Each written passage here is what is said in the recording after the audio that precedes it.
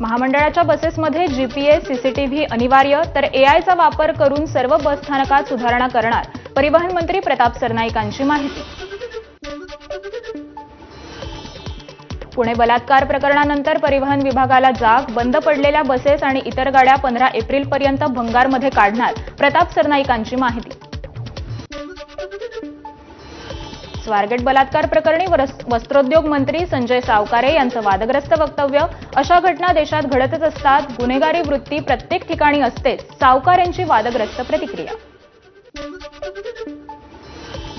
स्वारगेट बलात्कार आणि हॉटेल मालकावरील हल्ल्यासारख्या घटना रोखण्यासाठी एन्काउंटर स्क्वॉड परत आणण्याची वेळ, अशा लोकांना समाजात ठेवणं योग्य नाही, आमदार निलेश राणे यांची प्रतिक्रिया. समाजात अशा पद्धतीच्या विकृती वाढत चालल्यात, अशा विकृतींवर कठोर शासन होणं गरजेचं, स्वारगेट बलात्कार प्रकरणावरून शिवेंद्रराजेंची प्रतिक्रिया.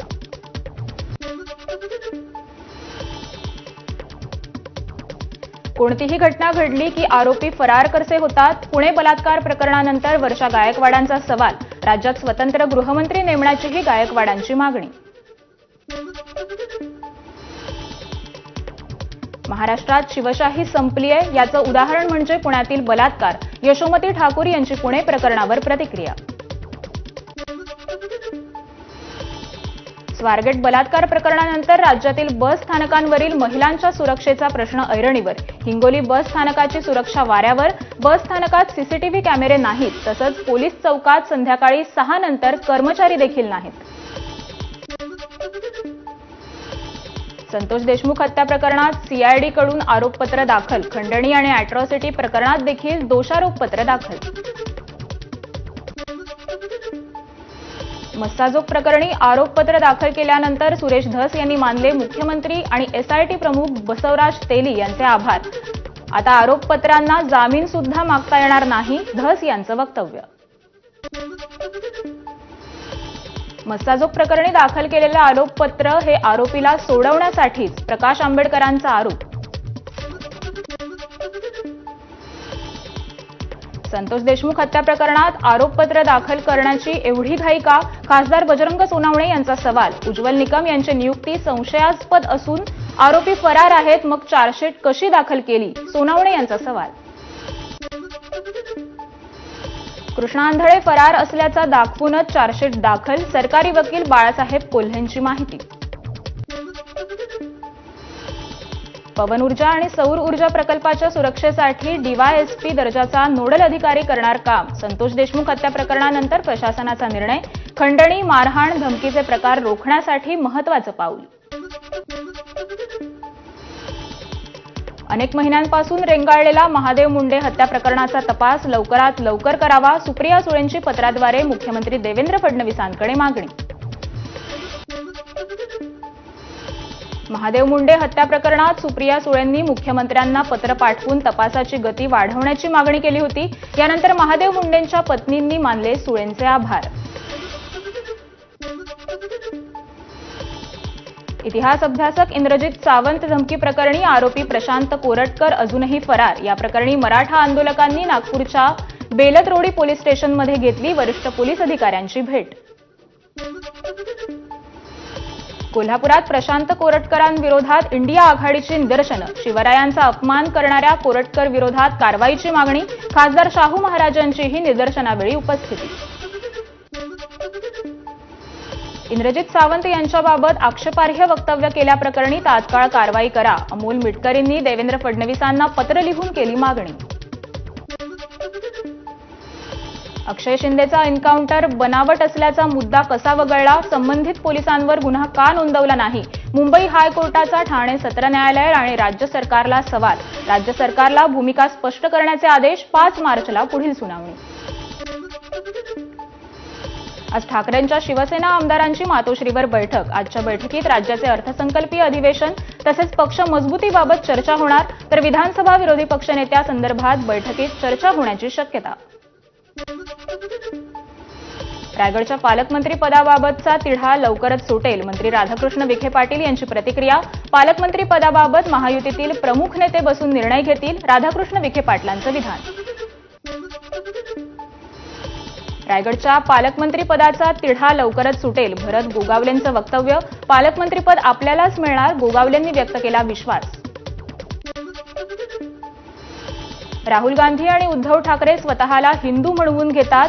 जर ते हिंदू आहेत तर ते कुंभमेळ्यात स्नान करायला का गेले नाहीत? या लोकांच्या बोलण्यात आणि वागण्यात फरक. उपमुख्यमंत्री एकनाथ शिंदेंची उद्धव ठाकरे आणि राहुल गांधींवर टीका. नरेंद्राचार्य महाराजांबद्दल बोलण्याची विजय वडेट्टीवारांची पात्रता नाही. मंत्री नितेश राणेंचा हल्लाबोल. वडेट्टीवारांनी पगार आहे तेवढंच बोलावं, नाहीतर महाराष्ट्रात फिरणं अवघड होईल, राणेंचा इशारा. गुंडांसोबत बसून संजय राऊत पत्रकार परिषद घ्यायचे, मंत्री नितेश राणेंचा आरोप. महाविकास आघाडीच्या काळात ठाकरेंच्या घरी किती गुंड येऊन राहायचे हे सांगू का? राणेंचा राऊतांना थेट इशारा. शिंदेंच्या शिवसेनेचं ऑपरेशन टायगर सुरूच. हातकणंगले विधानसभा मतदारसंघाचे माजी आमदार सुजित मिटकरींनी ठाकरेंच्या सेनेला रामराम करत शिंदेंच्या शिवसेनेत प्रवेश केला.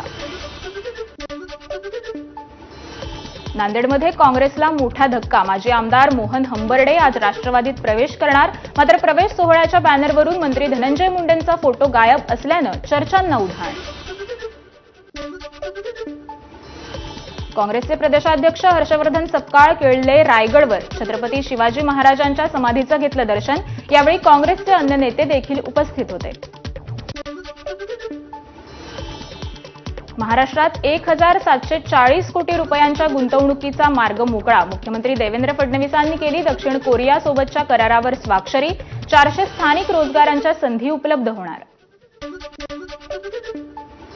मुख्यमंत्री फडणवीसांनी घेतला 100 दिवसांच्या कार्यक्रमाचा आढावा. लक्षणीय कामगिरी करणाऱ्या 15 अधिकाऱ्यांना प्रमाणपत्र. बैठकीला मंत्रालय सचिवांपासून क्षेत्रीय अधिकाऱ्यांपर्यंत 6,854 अधिकारी ऑनलाईन उपस्थित. प्रधानमंत्री सूर्यघर मोफत वीज योजनेच्या लाभार्थ्यांची संख्या 1.25 लाखांपेक्षा अधिक. सरकारनं 100 दिवसांचं लक्ष्य 82 दिवसांमध्येच पूर्ण केलं. रायगडमध्ये भाजप महिला पदाधिकाऱ्याच्या मुलावर लैंगिक अत्याचार केल्याप्रकरणी गुन्हा दाखल. मनीषा म्हात्रेला न्यायालयीन कोठडी. 15 वर्षांच्या मुलीला लग्नाचं आमिष दाखवून लैंगिक अत्याचार केल्याचं उघड. जालन्यामध्ये पोलिसांनी घेतली वाळू माफियांची परेड. वाळू तस्करांना तडीपार करण्याचा अप्पर पोलीस अधीक्षकांनी दिला इशारा. उल्हासनगरमध्ये गटाराच्या पाण्यात भाजी धुण्याचा किळसवाणा प्रकार समोर. खेमाणी मार्केट परिसरातील घटना. महापालिकेच्या आरोग्य विभागानं भाजीवाल्यांवर कारवाई करण्याची स्थानिकांची मागणी.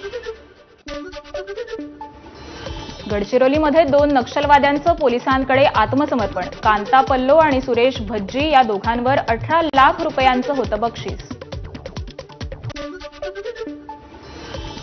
पोलादपूरचे तहसीलदार कपिल घोरपडेंवर लाच मागितल्याप्रकरणी गुन्हा दाखल. न्यायप्रविष्ट जमिनांच्या प्रलंबित निकालासाठी 3 लाखांची केली होती मागणी. बीडमध्ये क्षुल्लक कारणावरून शोरूम मॅनेजर आणि मेकॅनिकवर कोयत्यानं हल्ला. घटना सीसीटीव्हीमध्ये कैद. पोलिसांकडून आरोपीला अटक.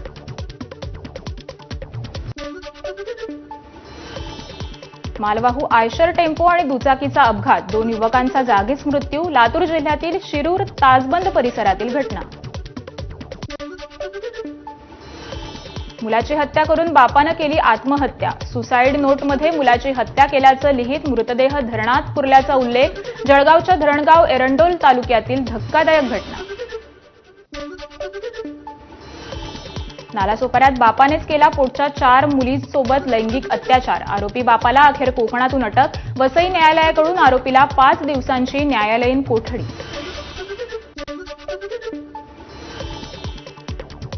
परभणीमध्ये कर्ज घेऊन घेतलेली दुचाकी जप्त करण्यावरून राडा. कर्मचारी आणि वाहनधारकांच्या नातेवाईकांमध्ये मारहाण आणि दगडफेक. 1 जण जखमी. घटना सीसीटीव्हीमध्ये कैद.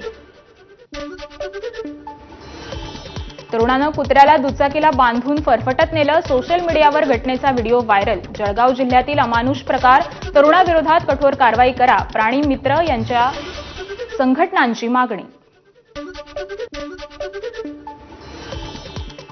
विरारमध्ये उदयकुमार काजवा यांनी पत्नी आणि मुलीची हत्या करून केली आत्महत्या. आर्थिक विवंचनेतून टोकाचं पाऊल उचलल्याची माहिती. सोनसाखळीसाठी वृद्धाची हत्या करून मृतदेह शेतात पुरल्याचा धक्कादायक प्रकार. सोलापूरच्या बार्शी तालुक्यातील बाभुळगाव येथील घटना. दोघांना पोलिसांकडून अटक. अलिबाग शहरातील एसटी आगारासमोर एसटीची दुचाकीला धडक. धडकेमुळे दुचाकीवरील तरुणाचा जागीच मृत्यू. संतप्त जमावाकडून एसटीची तोडफोड. एसटी बसेसच्या काचा फोडून संतप्त नागरिकांनी वाहतूकही रोखली. यवतमाळच्या आर्णी येथे दारू विक्री प्रकरणात पोलिसांच्या ताब्यात असलेल्या आरोपीचा मृत्यू. पोलिसांच्या मारहाणीत मृत्यू झाल्याचा आरोपीच्या नातेवाईकांचा आरोप. 4 पोलीस कर्मचाऱ्यांवर केली जाणार कारवाई. ठाण्यामध्ये गो तस्करीचा प्रकार उघड. येरूर गावातील तरुणाच्या सतर्कतेमुळे तस्करीचा कट उधळला. अप्पू नावाच्या गुंडाकडून तस्करीचा प्रकार सुरू असून पोलिसांकडून याला अभय दिलं जातंय. निसर्गप्रेमी नताशा आव्हाड यांचा आरोप. नाशिक पुणे महामार्गावर डिझेल चोरणाऱ्यांना नाशिकच्या ग्रामीण पोलिसांकडून अटक. आरोपीकडून 155 लिटर डिझेल जप्त. आरोपीवर याआधीच डिझेल चोरीचा गुन्हा दाखल असल्याची माहितीही समोर. पिंपरी चिंचवडच्या देहूत शेतकऱ्यानं फुलवली अफूची शेती. 218 अफूच्या रोपांसह अंमली पदार्थ विरोधी पथकाकडून एकाला बेड्या.